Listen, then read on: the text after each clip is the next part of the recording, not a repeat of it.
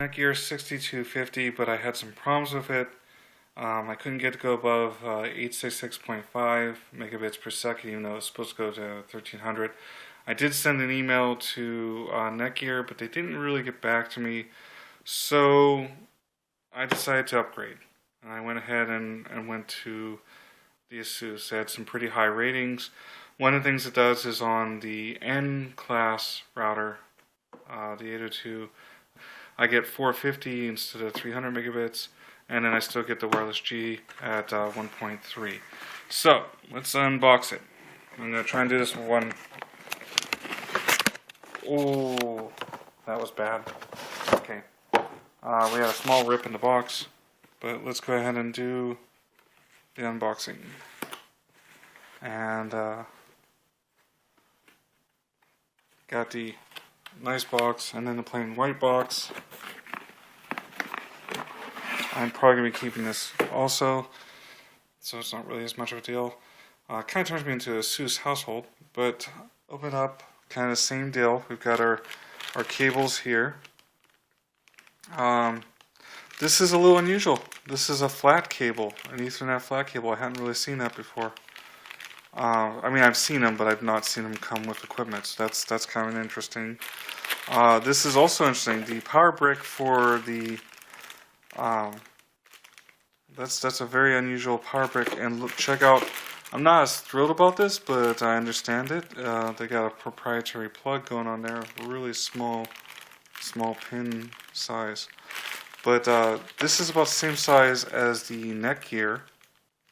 Only its form factor is a little bit different. Asus has really done this. This is something I've noticed. Asus, I noticed this with the 1750. They've really stepped up their presentation.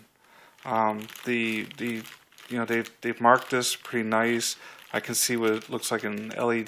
They'll probably let me know that it is getting power. Their presentation altogether, I noticed this with the 750 laptop, has really become more striking.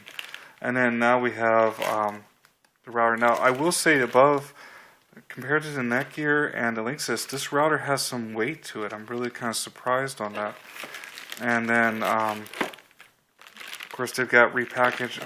There's no, again, I do like this to give the recycle rating of the plastic.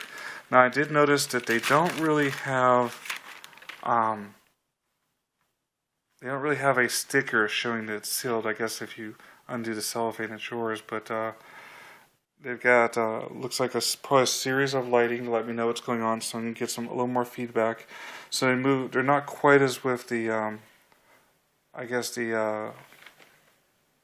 that actually is kind of pretty. You've got, I don't know if you can see this, you got kind of a diamond pattern, very nice.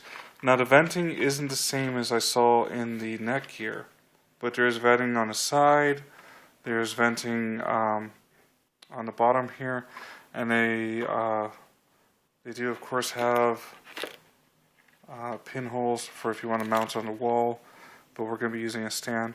And then on the back here we have two ports. I kind of like this, two ports for USB, and there should be USB 3, although they're not blue, so I'm going to have to check that. And of course our primary, and then our other four for gigabit, and then the antennas. And of course a power switch, which is always nice, and a reset switch.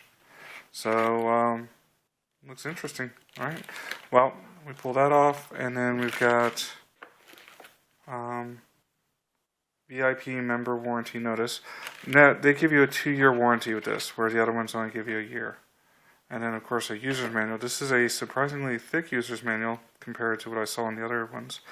But, you know, it all depends. The other stuff can go online. Of course, you have to be plugged in to go online. Interesting. And then we've got, again, they're getting much better at making sure their plastics are impressed. It's actually pretty nice. And then the 3 different antennas. And they have almost kind of like a, not really a real glittery finish, but like a mild speckle and laid into them. So, nice design on that. Alright, so there you go.